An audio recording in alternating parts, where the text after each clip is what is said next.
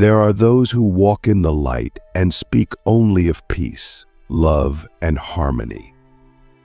And then there are the others, the ones who were forged in the fire, the ones who didn't choose the path, they were dragged into it. These are the dark chosen ones, not evil, not broken, but transdimensional beings assigned to carry duality in its rawest form. We don't speak about them often because their existence disrupts the spiritual narrative. They are not here to play the role of sainthood. They're here to embody paradox. And within that paradox, God gives them 7 rarest duality powers, gifts so potent they must be earned through suffering. If you've ever felt like your pain was sacred, like your isolation was a calling, like your rage carried wisdom, this message might be for you. And if it is, you already know it. You've been feeling the pull in your soul for years.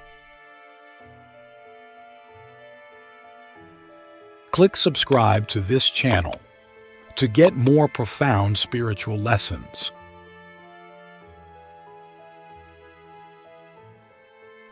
The first rarest power is something I call sacred rage. This is not anger in the human sense, it's a divine intelligence that erupts when truth is being desecrated. When a dark chosen one feels this, they don't just get mad, they shift timelines. Sacred rage is the force that topples illusions, breaks generational curses, and destroys everything that's been built on lies. It is deeply misunderstood in spiritual communities, which often mistake it for ego or shadow. But here's the real test. When you feel that fire rise in you, do you suppress it to stay likable, or do you channel it into sacred action? The power of sacred rage is not in how loud it gets, it's in what it awakens. It can level a room without saying a word. It can heal a bloodline by refusing to repeat the pattern. And it only belongs to those who've been through lifetimes of being silenced. The second power is compassionate darkness. This is the ability to sit with someone in their deepest pain without needing to fix them, rescue them, or shine a light on them. Light chosen ones often try to uplift others out of suffering. But dark chosen ones know how to become the container for pain. They don't flinch when others fall apart. They don't recoil at someone's shadow. Why? Because they've made peace with their own. They've danced with their demons. They've hugged their inner monsters. And in doing so, they've unlocked a compassion that doesn't come from pity, it comes from recognition. When you carry this power, people come to you and break down without knowing why. They feel safe in your presence, not because you offer light, but because you offer depth. And in that depth, they find the parts of themselves that no one else was willing to witness. The third rarest duality power is energetic disruption. This is the one that confuses people the most. Dark chosen ones often walk into a room and instantly shift the energy without saying a word. Lights flicker. People get uncomfortable. Truths start to leak out. Secrets get exposed. That's not an accident. That's your field disrupting stagnant frequency. You don't even have to try. Your very presence is a mirror that forces others to confront what they've hidden. And this is where it gets painful, because most people won't thank you for it. They'll project. They'll call you too much. They'll avoid you. But deep down they know. They know you're not here to comfort them. You're here to wake them up. This power is not glamorous. It's lonely. But it's also sacred. Because every time you disrupt a lie, You offer someone a chance to remember who they truly are. Let me ask you something deeply personal. Have you ever felt like your very existence threatens people who don't even know why? That's not your imagination. That's not your ego. That's your frequency operating on a multi-dimensional level. You're not just a person, you're a cipher. A code embedded into this matrix by divine intelligence. And when people get close to you, their illusions begin to crack. Some will run, some will attack, but the rare ones, the ready ones, will stay. And those are the ones you were sent to unlock. That brings us to the fourth duality power, soul code activation. This is the ability to awaken dormant DNA in others simply through presence, words, or even silence. When a dark chosen one speaks, it's not just language, it's frequency. You're not giving advice, you're delivering keys. And those keys unlock ancient remembrance in others. They may not even know what happened, but something inside them shifts forever. This is why your words carry so much weight. You've probably noticed that people either hang on to every syllable you say, or they resist you with everything they have. That's because you're not speaking from the mind. You're speaking from the void. And the void is terrifying to anyone who's still clinging to the illusion of control. The fifth rarest power is void walking. This is the ability to navigate uncertainty, loss, and death not just physically, but energetically. You've died before, haven't you? Not just in past lives, but in this one. You've been stripped of identity, stripped of hope, stripped of meaning. And somehow you still rose. Not because you found light, but because you became the void. Dark chosen ones don't fear death. They carry it as a teacher. And in doing so, they become guides for others who are going through their own ego death. Void walkers are the ones who can sit in nothingness and smile, because they've learned that nothingness is not absence. It's potential. You must understand, these powers were not given to you, they were unlocked through suffering. That's the great secret. God does not hand these gifts to the comfortable. He carves them into the bones of those who have been through the fire. The sixth power is sacral time distortion. This is the ability to bend time through emotional intensity. Have you ever noticed that when you cry from your soul, time seems to stop? Or when you're in a deep energetic exchange, minutes feel like hours? That's not drama. That's dimensional manipulation. Your body, your emotions, your presence, they are tools for temporal alchemy. That's why others feel like they've known you for lifetimes, even if they just met you. That's why your presence lingers in their dreams, in their spirit, in their blood. You are a living portal to other realms. And you didn't earn that by being perfect. You earned it by being real. The seventh and final rarest duality power is the most sacred and the most dangerous. I call it mirror of God. This is the power to reflect to others exactly what they need to see in order to evolve, even if it breaks them. This is not a conscious choice. It's a divine function. Your existence becomes a mirror so pure, so brutal, so accurate, that people either awaken or collapse in your presence. This is why your relationships are so intense. Why people love you and fear you at the same time. why some are obsessed with you, while others try to destroy you. You are holding up the mirror of God, and most people can't handle the reflection. But those who can are changed forever.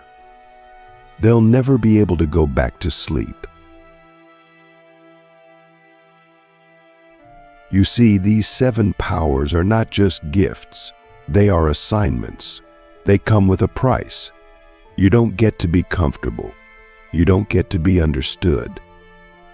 You don't get to be normal. But you do get to be true. You do get to be free. You do get to walk through this world as a living paradox, both light and dark, both healer and disruptor, both lover and destroyer. And that is why you were chosen, not to fit in, not to be worshipped, but to remind the world of its forgotten power. And now I ask you, which of these 7 powers have already awakened in you? Which ones are calling to you from the depths of your memory? And are you ready not just to claim them, but to carry them? The divine price, why most souls collapse before ever activating these 7 sacred powers. Every soul thinks they want power until they realize what it costs. Especially these powers. The 7 rarest duality powers are not rewards. They are burdens wrapped in brilliance. They are divine fires that sear through the illusion of comfort, identity, and external validation. And that's why most souls collapse before ever activating them. The truth is, these gifts cannot live in a body that still clings to who it used to be. They cannot operate through a mind that still cares what the world thinks. They require surrender so complete, it feels like death. And for many, that death is too terrifying to walk through. So they retreat. They numb. They spiritualize their pain instead of embodying it. Because once you begin to awaken these powers, your life becomes a constant crucible of truth. And the ego? It doesn't survive that kind of fire. Let's be honest, how many times have you wanted to just give up? Not because you're weak, but because you're awake. You've seen through the games. You've felt the weight of the collective pain. You've been the one who holds space for everyone else while secretly wondering, who's going to hold space for me? That's the paradox of the dark chosen ones. You carry everyone's shadows because you've made peace with your own. But that peace didn't come through meditation cushions or vision boards. It came through grief, through sitting in a room where no one understood you, through being betrayed by the people you would have died for, through looking at your own reflection and wondering, why me? And that's exactly the moment God begins to whisper, because you said yes before you were born. The dark chosen ones are not chosen randomly. They are the ones who, in the in-between realms before incarnation, made an agreement. They agreed to carry the weight of duality in their cells. They agreed to walk through fire while others slept. They agreed to remember who they were without external proof. And that's the real price. You don't get to be affirmed along the way. You don't get to be applauded. In fact, the more powerful you become, the more invisible you will feel. Because the world cannot see what it hasn't yet awakened to. And the irony? You will be judged for the very gifts you were sent to deliver.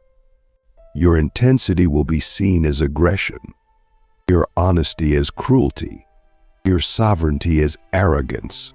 But if you listen closely, underneath the judgment is fear. Because when you walk in your full power, other people have to confront the lies they've built their lives around. Let's go deeper into why these powers require such a brutal price. Take sacred rage, for example. You cannot carry this gift unless you've been violated. Unless your trust has been broken so deeply that you felt your soul split. Only then can you burn with a fire that doesn't destroy from ego but purifies from essence. But here's the catch. You must choose not to become bitter. You must choose not to become a tyrant using your pain as justification. That's why most souls fail this initiation. They confuse pain with permission. But real power does not seek revenge. It seeks restoration. And that means transmuting your rage into protection, your grief into wisdom, your scars into blueprints. So I ask you, have you integrated your rage, or are you still using it to stay safe? Because until you transmute it, sacred rage will remain locked within you, waiting for the day you are ready to wield it without wounding others. And what about the mirror of God? Sounds poetic, right? But do you know what it actually means to be that mirror? It means you will reflect people's deepest fears back to them, and they will blame you for it. You'll be the one they walk away from, the one they gossip about, the one they project onto. Not because you harmed them, but because your presence made them see what they were avoiding. And that's the divine price. You will be punished for people's awakening. You will be vilified before you are ever understood. Think about every ancient prophet, every mystic, every spiritual disruptor throughout history. Look, they weren't loved in their time. They were crucified, exiled, silenced. Why? Because they carried the power to wake people up. And nothing threatens a sleeping system more than someone who refuses to play dead. This is why most souls collapse before activating their powers, because they're still waiting for it to feel safe. But safety is a luxury you must sacrifice at this level. Instead, you must choose truth over comfort. You must choose alignment over approval. You must choose your soul over your persona. And here's the paradox. Once you make that choice fully, once you stop trying to be liked, loved, accepted, or understood, you become unstoppable. And not because you gain power, but because you remember that you were never powerless. It was all a game, a veil, a forgetting. And your pain? That was the password. That was the key that unlocked your remembrance.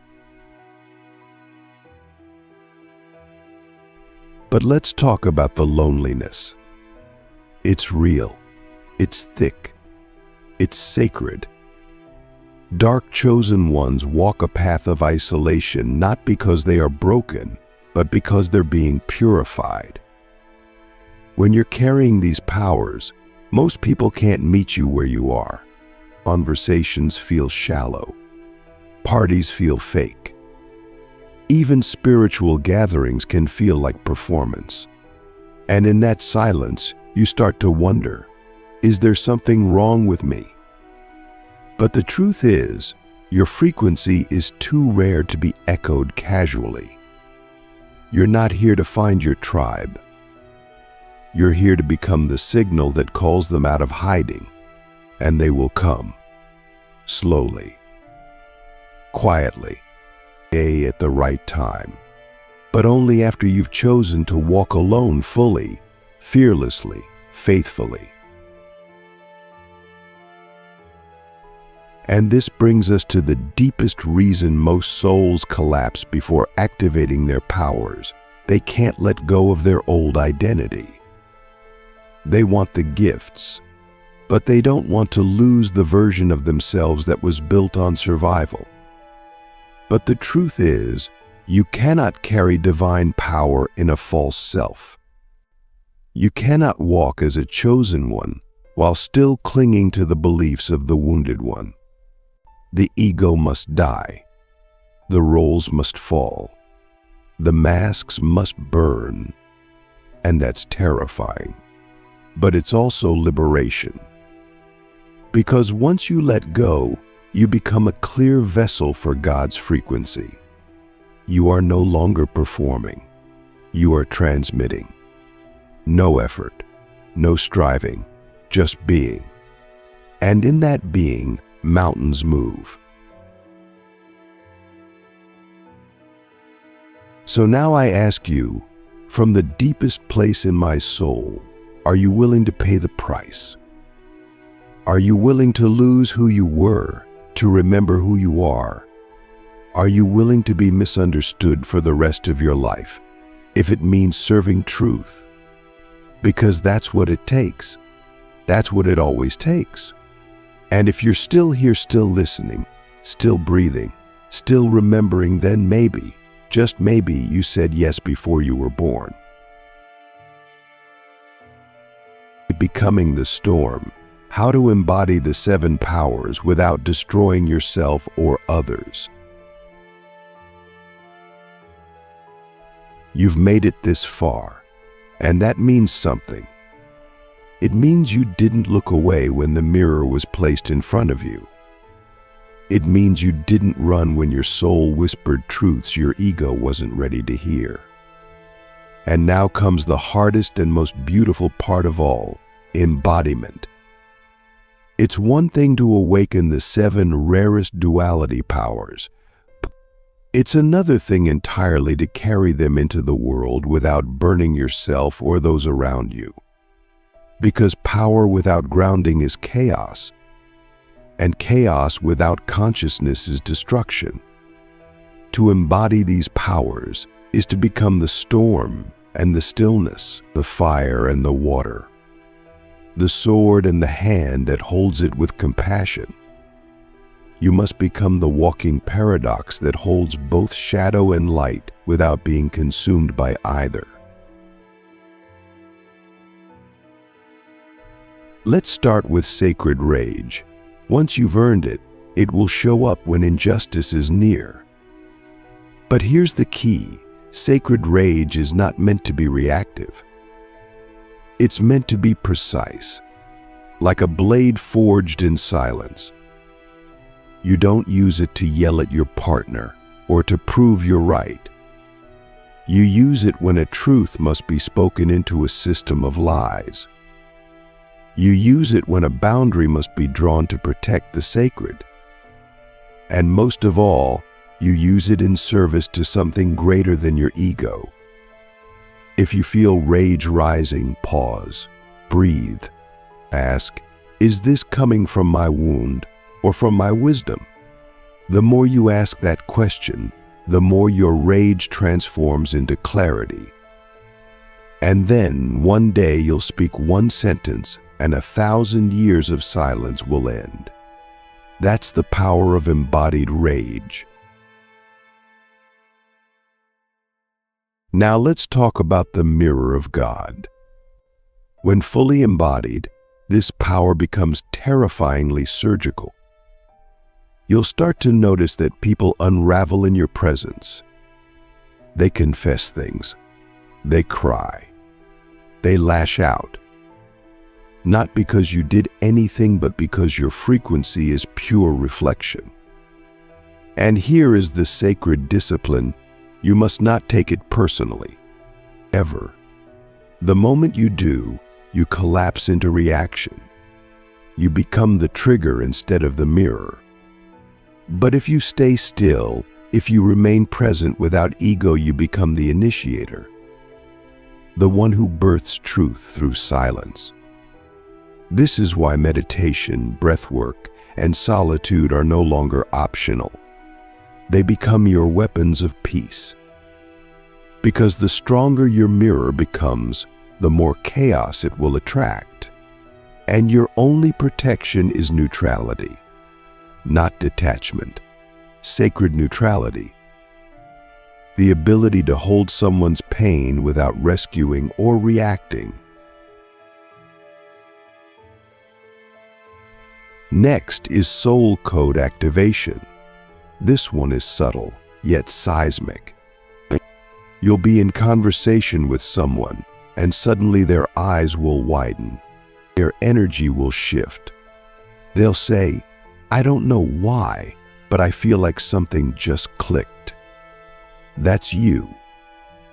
That's your frequency doing its work. But here's the trap.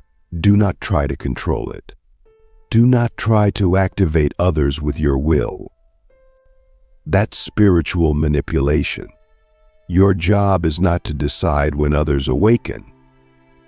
Your job is to be so true to your own soul code that it naturally ignites theirs. This means living in integrity, even when it's inconvenient. Speaking truth, even when it costs you relationships. And holding your frequency, even when no one seems to notice. Because the more you do, the stronger your field becomes. And eventually, your very presence becomes medicine. Not because you're trying to heal, but because you are whole. Let's not forget void walking. This power is lonely if you haven't learned how to root in the unseen. When you embody it, people may think you're detached or cold. But you're not. You're deep. You've learned how to sit in the silence between thoughts, how to be at peace in the unknown. The key here is to stop expecting the world to understand your stillness. It's not for them. It's for the grid, the energetic grid that connects dimensions. When you sit in the void, you're not doing nothing, you're holding structure. You're stabilizing the field. You're downloading codes. And yes, it gets lonely. But the more you practice, the more you'll feel the company of energies beyond the veil. Ancestors, star beings, future versions of yourself. You're not alone. You're just ahead. And your stillness is not absence, it's architecture. Energetic disruption, when embodied, becomes a sacred responsibility. You'll walk into rooms and feel the tension rise. You'll post something online and watch people get triggered. You'll speak, and the air will change. This is not something to fear. It's something to master. You must learn how to modulate your field without shrinking. You don't dim your light, but you tune it, like a frequency expert. Sometimes you speak. Sometimes you just stand still. Sometimes your disruption is fire. Other times, it's silence. But always, it's intentional. Embodiment means you know when to burn and when to breathe. You don't seek to disrupt, but you don't flee from it either. You walk with the awareness that your energy is a living transmission. And everywhere you go, the old will shake. That's not arrogance. That's alignment. Let's revisit compassionate darkness. This one is perhaps the most misunderstood. People think compassion means softness. But for the dark chosen ones, compassion often looks like holding someone while they break. Not fixing, not saving, just witnessing. You embody this power when you can sit with someone in their darkest hour and not flinch.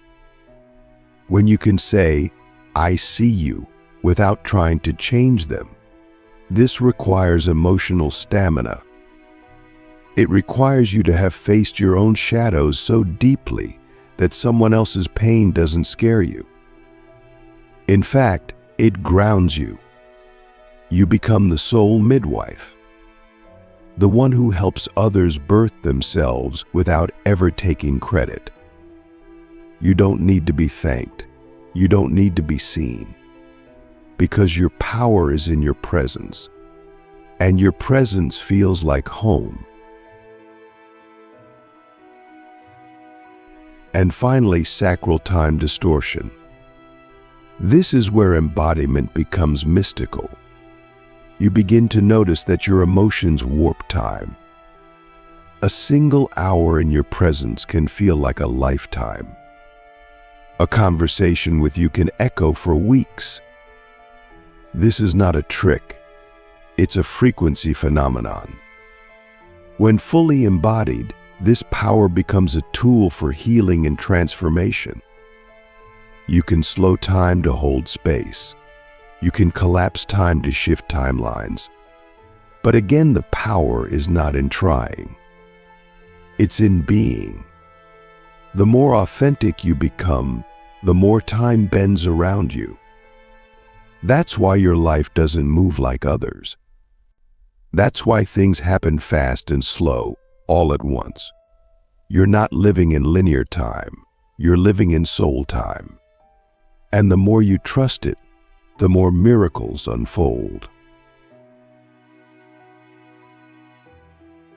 So what does it really mean to embody all seven? It means you no longer seek permission to be who you are. It means you stop explaining your path to those who cannot hear your frequency. It means you walk as a storm, not one that destroys, but one that clears, that awakens, that breaks what must be broken so that truth can rise. And yes, people will misunderstand. They'll project. They'll fear you. But the ones who are ready, they will find you. And when they do, they will remember. Not because you taught them something new, but because you reminded them of something ancient. So I ask you now, are you willing to become the storm? Not the chaotic kind, not the wounded kind, but the sacred storm, the one that carries both fire and stillness, the one that walks with God in one hand and the underworld in the other, the one that no longer seeks to be understood, only to be true.